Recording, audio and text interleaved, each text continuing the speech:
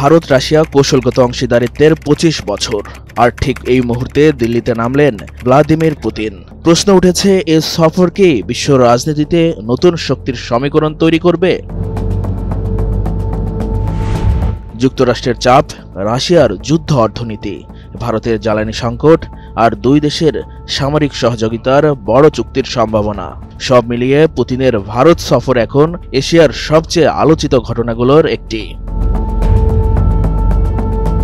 ২ দিনের রাষ্ট্রীয় সফরে বৃহস্পতিবার ৪ ডিসেম্বর দিল্লিতে পৌঁছেছেন রাশিয়ার প্রেসিডেন্ট ভ্লাদিমির পুতিন। ভারত রাশিয়ার কৌশলগত অংশীদারিত্বের ২৫তম বছর উদযাপন করতেই এই সফর।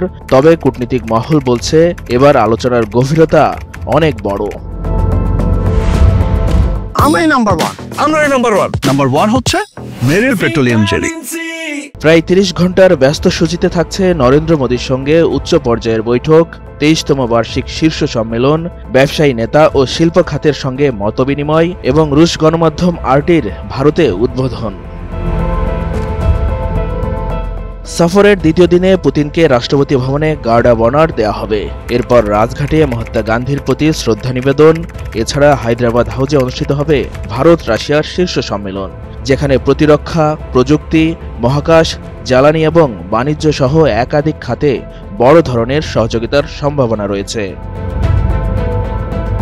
ভারতীয় গণমাধ্যম বলছে, আসন্ন শীর্ষ সম্মেলনে যুদ্ধবিমান S-400 ও S-500 প্রতিরক্ষা ব্যবস্থা, এমনকি সুখোই 57 যুদ্ধবিমান কেনা নিয়েও আলোচনা হতে পারে।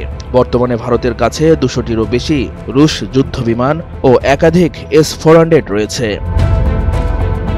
ভারতের আশা, রাশিয়া ভারতের পণ্যের বাজারের সম্প্রসারণে গুরুত্ব দেবে, বিশেষ করে যেসব খাতে সহযোগিতা এখনও সীমিত। কৃষি ও সামুদ্রিক পণ্য, প্রকৌশলী সামগ্রী, আইটি সেবা, ভারতের মহাকাশ কর্মসূচিতে প্রযুক্তি হস্তান্তর এবং রাশিয়ায় ভারতের ইউরিয়া কারখানা স্থাপন, এই খাতগুলো আলোচনার কেন্দ্রবিন্দুতে থাকবে। বিশেষজ্ঞরা মনে করছেন, পুতিনের এই সফর কেবল দ্বিপাক্ষিক সম্পর্ক নয়, এশিয়ার নিরাপত্তা পরিস্থিতি, রাশিয়ার অর্থনীতি এবং বৈশ্বিক ক্ষমতার ভারসাম্যে নতুন চাপ তৈরি করতে পারে। আর তাই রুশ প্রেসিডেন্টের এই সফরকে ঘিরে বিশ্বের নজর এখন দিল্লির দিকে।